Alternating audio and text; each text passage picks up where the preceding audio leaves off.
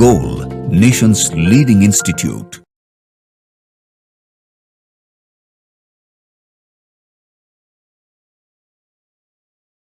Hello students, myself Deepak Deep and I am going to discuss physical chemistry part of spot test 4 which was held on 6th Feb 2025. Let us start with question number first of spot test series. Question number first is 46th. Ideal solution has two components A and B. If A is more volatile than B and also P naught A is more than PT, P total is for P solution, then the correct relation between mole fraction of A and B in vapor phase. As per question, A is more volatile और A इतना volatile है कि total vapor pressure से भी उसका vapor pressure ज़्यादा है. तो अगर हम मैथमेटिकली इस बात को कहें तो अगर YA mole fraction vapour phase है और काई ए मोल फ्रैक्शन लिक्विड फेज है तो YA मोर देन काई ए होगा. ये आराम से आप देख सकते हैं क्योंकि आपके पास रिलेशन है YA जो होता है YA ये बराबर होगा P not A into chi A और डिवाइडेड बाई P टोटल, और ये जो काई ए होगा ये बराबर होगा आपका P total into YA P total into YA इस रिलेशन से लिया और divided by P not A. और आपको पता है कि P not A more than PT है. इस वैल्यू को अगर आप फोकस करें तो आपको समझ में आता है कि YA मोर देन काई ए होगा. तो YA मोर देन काई ए एक ही ऑप्शन है, आंसर थर्ड. तो आंसर थर्ड हम लोग इसका टिक करते हैं. तो ये हमारा क्वेश्चन नंबर 46 था. होप आपको ये समझ में आया हो. बहुत आसान क्वेश्चन है सॉल्यूशन चैप्टर का. नेक्स्ट क्वेश्चन देखिए आप. क्वेश्चन नंबर 46 के बाद क्वेश्चन नंबर 49 है बच्चे बोर्ड पे. Two liquids A and B have vapor pressure in the ratio P naught A is to P naught B 1:3. 1:3 का रेशियो है pure vapour pressure of A और B का. At a certain temperature, assume A and B form an ideal solution and ratio of mole fraction of A and B in vapor phase is 4:3.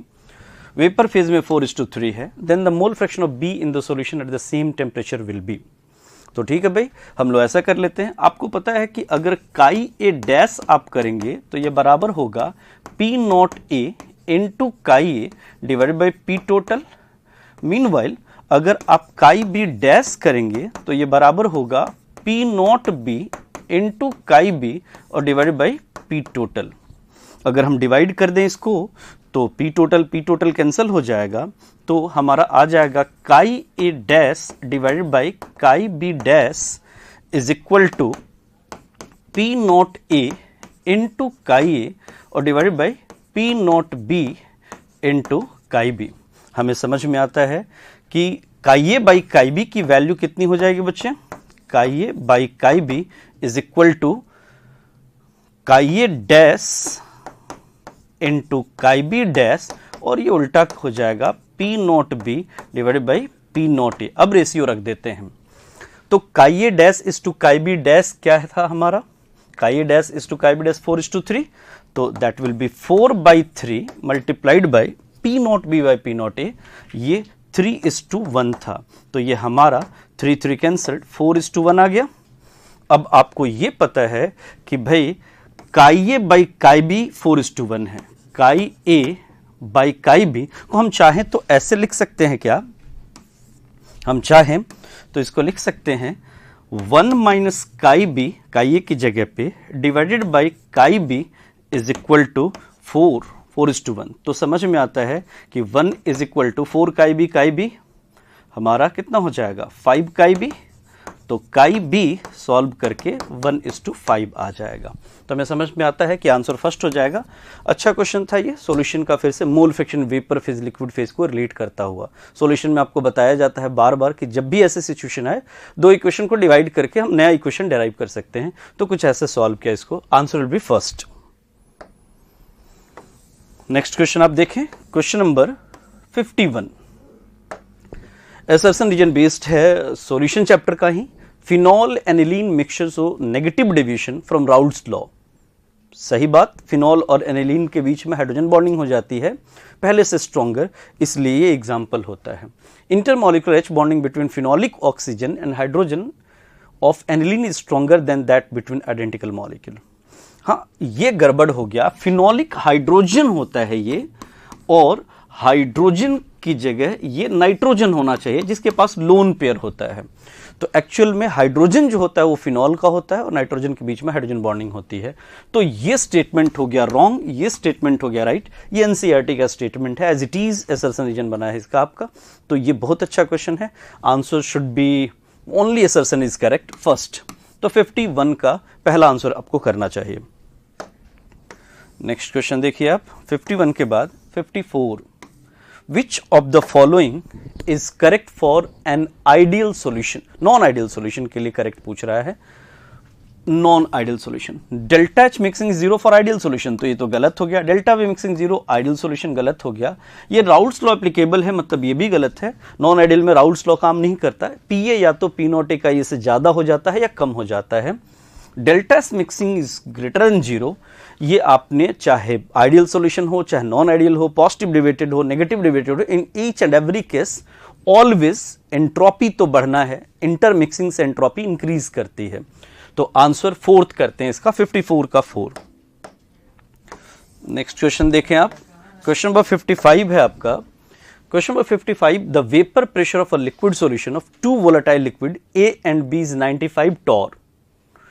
Calculate the mole percent of B in vapor phase if vapor pressure of pure A and pure B is 180 torr. Solve कर लेते हैं भाई। पहले तो हम liquid phase का mole fraction निकाल लेते हैं, काई बी लगाते हैं। ये फॉर्मूला कि PS जो होगा ये बराबर होगा P not A into chi A और plus P not B into chi B. हम काई बी चूंकि डिफाइन करने निकले तो इसको 1 माइनस काई बी लिख सकते हैं। तो ये 95 दिया है आपको। P नॉट A इज 100, तो यहां 100 पुट किया, ये 1 माइनस काई बी लिख लिया यहां, और ये आपको 80 दिया हुआ है और इनटू काई बी कर दिया। तो हमने अगर ये सॉल्व किया तो 95 इज इक्वल टू 100 माइनस 100 काई बी प्लस 80 काई बी इज माइनस 20 काई बी।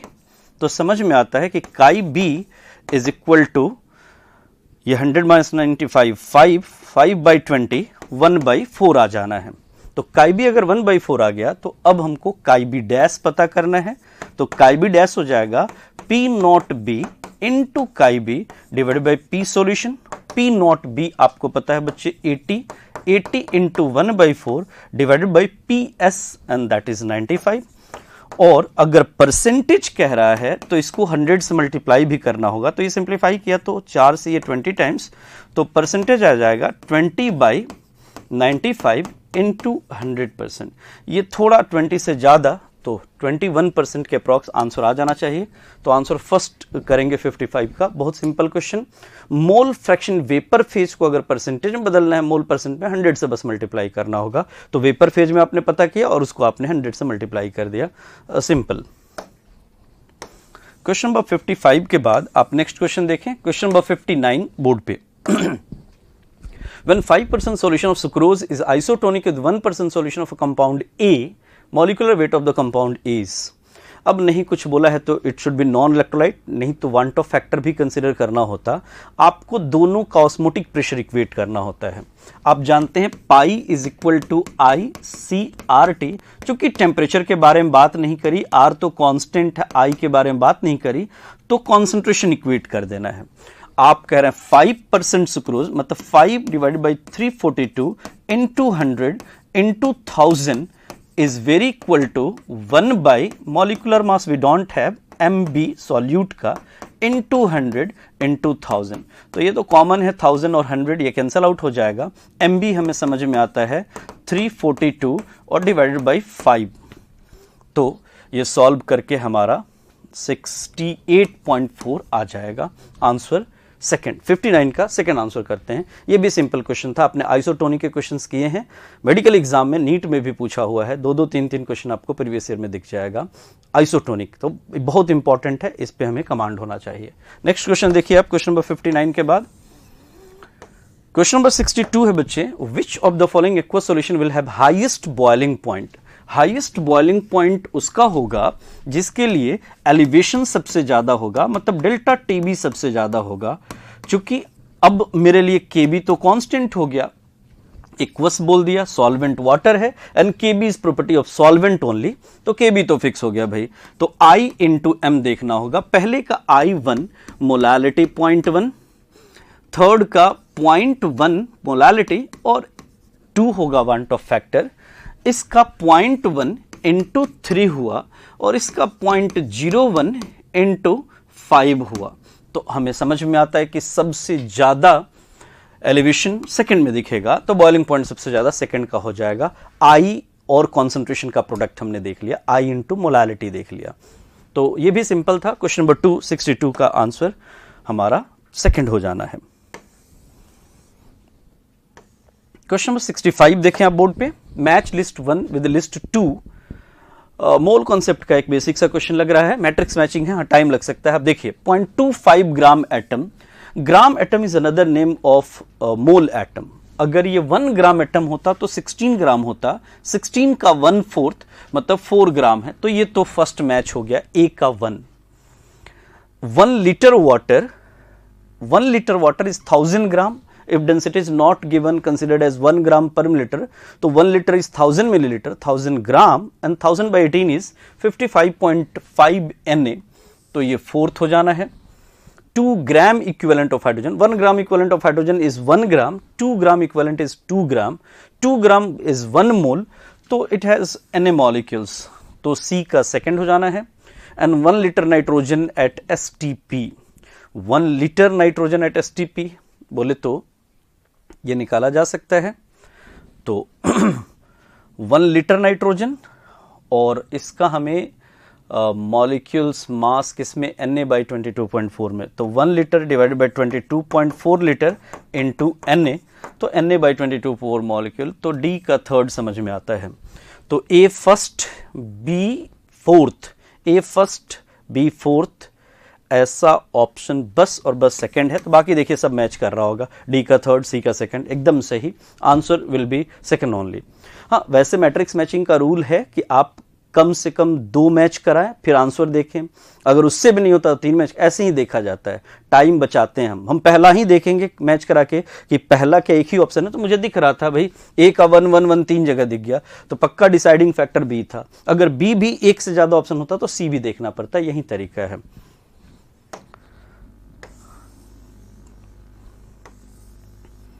क्वेश्चन नंबर 65 के बाद फिर 67 एक मैट्रिक्स मैचिंग ही है। Mass of elements, moles given, mass और मोल्स को आपको देखना है। 28 gram helium 28/4 that is 7 moles, तो A का 2 दो जगह पे दिख गया, फिर हमें B देखना होगा। 46 ग्राम Na 46/23 दैट इज 2 मोल, तो B का 1 फिर दो जगह पे आ गया भाई। 60 ग्राम कैल्शियम 60/40 1.5, C का 4, तो A का 2, B का 1 और C का 4, ऐसा हमको दिख गया फोर्थ, C का 4। और obviously D 27 gram aluminium, 27 is gram atomic mass of aluminium, तो 1 मोल होगा, तो D का थर्ड होगा। तो answer will B fourth. 67 simple question है, आप देख लीजिए मैच करा के। नेक्स्ट क्वेश्चन देखिए आप 67 के बाद क्वेश्चन नंबर 69 है बच्चे, फिर मोल कॉन्सेप्ट का। Which of the following has least weight, least weight मतलब सबके मास निकाल लेते हैं चारों ऑप्शंस के लिए। 0.2 ग्राम एटम्स बोले तो 0.2 मल्टीप्लाइड बाई 23 ग्राम, और बोले तो 4.6 ग्राम। 1 mole of sulphur atoms 32 gram, 3 into 10 का power 23 is half mole, half mole carbon is 6 gram and 7 ग्राम, ये तो दिया ही है भाई। तो सबसे कम 23 to 4.6, तो answer is first one, 4.6 will be the least mass. Question number 69 का आंसर पहला हो जाएगा। नेक्स्ट क्वेश्चन देखिए आप 69 के बाद 72 vapour density of a gas is 5.6, volume of 5.6 gram of it at NTP। 5.6 vapour density है तो मॉलिक्यूलर मास हो गया बच्चे 11.2, और 11.2 का ठीक आधा है, मतलब ये आधा मोल है, आधा मोल का वॉल्यूम 11.2 लीटर हो जाएगा। तो आंसर सेकंड करना चाहिए, बहुत सिंपल क्वेश्चन। वेपर डेंसिटी से मॉलिक्यूलर मास, और 1 मोल का वॉल्यूम आपको पता है मॉलिक्यूलर मास के कोरस्पॉन्डिंग, तो उसका आधा ही तो दिया हुआ है। तो ये भी सिंपल क्वेश्चन था, मोल कॉन्सेप्ट का बहुत बेसिक। 72 का answer will B second. Question number 72 के बाद आप 73 देखें। Which one of the following pair of compounds illustrate law of multiple proportion? Law of multiple proportions is a fixed mass of one element when combines with different masses of other element to form 2 or more compounds. Different masses of other element must be in simple whole number ratio. जो बहुत basic सा law है कि G1 का fixed mass दूसरे के अलग अलग मास से रिएक्ट करके अलग अलग कंपाउंड बनाएगा। बोले तो element should be 2 and compounds will be 2 और मोर।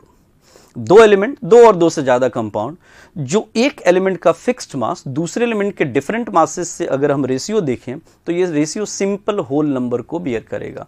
मतलब ध्यान रखने वाली बात कि एलिमेंट 2 होने हैं, कंपाउंड 2 से ज्यादा होने हैं, तो 2 या 2 से ज्यादा। तो ऐसा ऑप्शन हमारे पास दिख रहा है, copper copper, oxygen oxygen. Element 2 है, कंपाउंड 2 से और 2 या 2 से ज्यादा हो चलेगा। इसमें तो एलिमेंट ही 2 से ज्यादा है, एलिमेंट 2 से ज्यादा है, एलिमेंट 2 से ज्यादा है, तो आंसर विल बी फर्स्ट। 73 का पहला आंसर, बहुत simple question, definition based.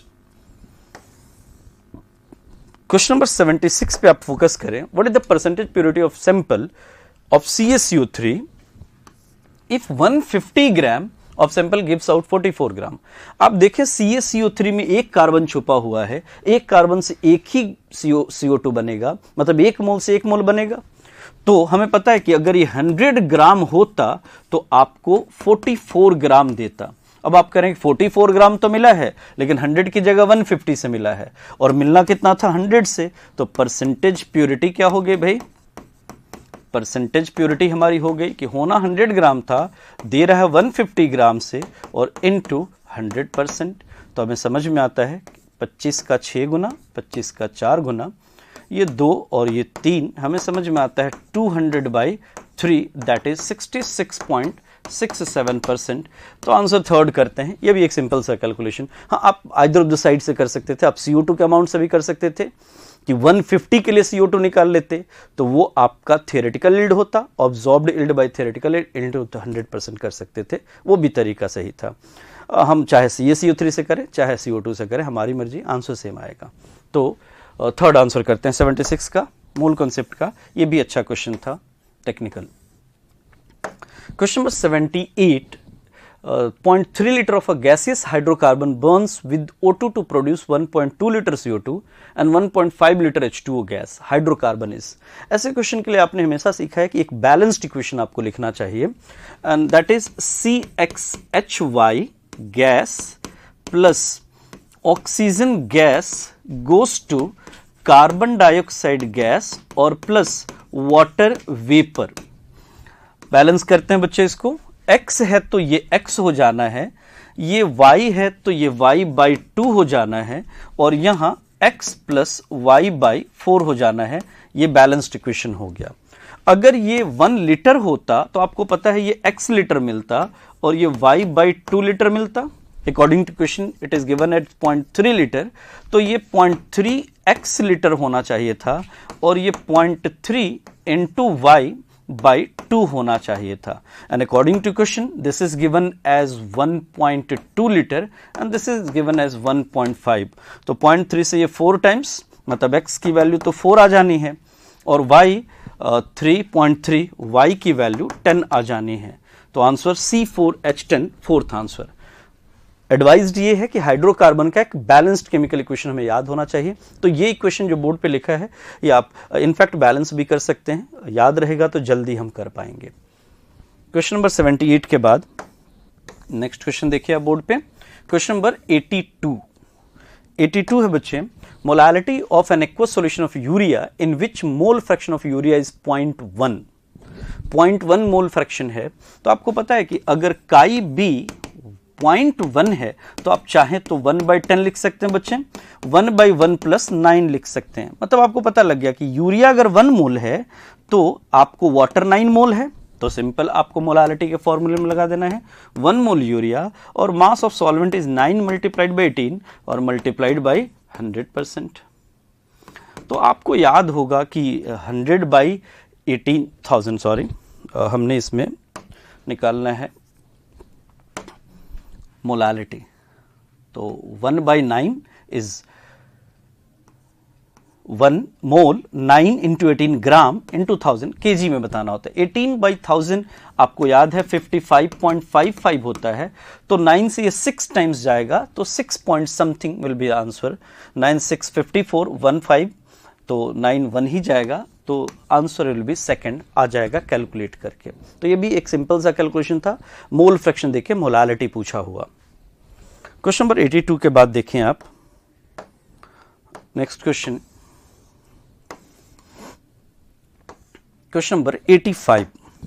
The equivalent weight of H3PO4 in the given reaction is, acid base reaction है बच्चे, H3PO4 एसिड की तरह बिहेव कर रहा है और एसिड का इनफैक्टर उसकी बेसिसिटी होती है, मतलब न्यूट्रलाइजेशन रिएक्शन में उसने कितने H पॉजिटिव दिए हैं बस ये देखना है। तो दिख रहा है कि H3PO4 गोज टू Na3PO4, मतलब तीनों हाइड्रोजन इसने लूज करा है और इसका मोलर मास 98 होता है।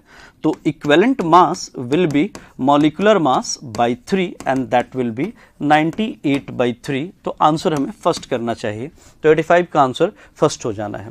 ये था आपका फिजिकल केमिस्ट्री। होप आपने बहुत अच्छा किया हो। Thank you so much.